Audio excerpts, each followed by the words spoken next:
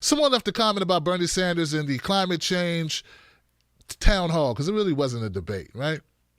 And he made a comment about birth control. And there was somebody in my comment section saying, Bernie Sanders is for eugenics. He wants to slow the birth rate of black people. I was like, where'd that come from? I watched the climate change debate. Where'd he get this idea from, Johnson? If Bernie thinks that, that's horrible. I need to find this out, because if he does, oh man, I'm going in. So anyway, I realized why this person thought the way they thought. I'm not even sure they even watched the clip themselves. I think they read it or heard from someone who has an agenda in mind, which is typically how a lot of smears get spread. But I have the clip for you from the climate change conversation, town hall, and I have the comments that Bernie Sanders made, which people are commenting on. So here it is. Population growth has more than doubled in the past 50 years. The planet cannot sustain this growth. I realize this is a poisonous topic for politicians, but it's crucial to face. Empowering women and educating everyone on the need to curb population growth seems a reasonable campaign to enact. Would you be courageous enough to discuss this issue and make it a key feature of a plan to address climate catastrophe? Well, Martha, the answer is yes. And the answer has everything to do with the fact that women in the United States of America, by the way, have a right to control their own bodies and make reproductive decisions. And the Mexico City Agreement, which denies American aid to those organizations around the world that allow women to have abortions or even get involved in birth control, to me is totally absurd. So I think, especially in poor countries around the world, where women do not necessarily want to have large numbers of babies, and where they can have the opportunity through birth control to control the number of kids they have, something I very, very strongly support. I want to introduce. Okay.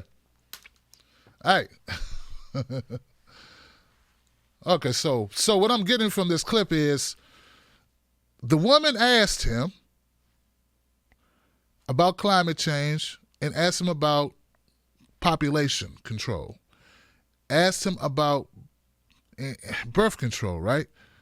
We got to be real specific about this, because people are assigning their own thoughts in their head to this or to Bernie Sanders' response and basically changing the whole meaning of what he said.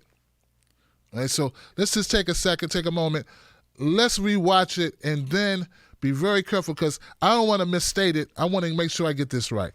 My bad, guys. Let me make sure I get this right. Has more than doubled in the past 50 years. The planet cannot sustain this growth. I realize this is a poisonous topic for politicians, but it's crucial to face. Empowering women and educating everyone on the need to curb population growth seems a reasonable campaign to enact. Would you be courageous enough to discuss this issue and make it a key feature of a plan to address climate catastrophe? Well, Martha, the answer is yes. And the answer has everything to do with the fact that women in the United States of America, by the way, have a right to control their own bodies and make reproductive decisions. And the Mexico City Agreement, which denies American aid to those organizations around the world that allow women to. So I think I get it now. Let me say it this way. I think that the question that the woman asked him is slightly different than the answer that Bernie Sanders gave. Bernie Sanders said nothing about controlling population, but he said, I see your point, but I address these issues by saying we should let women choose to how they want to control their own bodies. I don't understand how saying I empower women to make decisions if they want to have children or not, if they want to use birth control. He didn't say, I want to give all the black babies birth control, or the black baby mamas birth control, or I want to go to Africa and give all the African mamas birth control, or I want to go to Mexico and give all the Mexicans birth control. He said, if they don't want to have babies, or a large amount of babies, they don't have to. It's the same right you have in America where, well, he's saying that other people in the world should have the same right that Americans have, which is to control their bodies, their own bodies, and make their own decisions if they want to have babies or not. I'm not understanding why people are making that seem like he's Margaret Sanger or he's for eugenics or something. He didn't say, I want to lower black birth, which is what genetics is when you want to go after a certain group of people and try to control who is born. He didn't say that, or say some people are unfit to be born. He didn't say that. He said he want to give women the access to birth control so they can decide if they want to have kids. I don't see that this is a reach, man. I wonder where in the hell did they get this type of idea? Doubled in the past 50 years. The planet cannot sustain. And Andrew Yang said nuclear should be on the table, too. I want to play one more soundbite. Bernie Sanders responding to a question. I think, especially in poor countries around the world, where women do not necessarily want to have large numbers of babies, and where they can have the opportunity through birth control to control the number of kids they have, something I very, very strongly support. It was a question about population control and abortion. And he further said that he thought that U.S. taxpayers should fund abortions in third world countries. This was actually a really interesting and horrible thing to hear someone say, that part of the global warming fighting agenda is to go after black and brown kids in third world countries, particularly from someone like Bernie Sanders, who has 3 houses. But there's something to be appreciated about the candor with which he displayed his eugenics and his support for eugenics. We will see how this all plays. See, this is one of the reasons why. I keep being a fierce advocate for Bernie Sanders, and this is the reason why I do my best to speak up on these issues. Nothing he said in his comments said anything about eugenics. Nothing in his comments said he was trying to focus on stopping black folks or brown folks from having babies. He said what they wanted to do.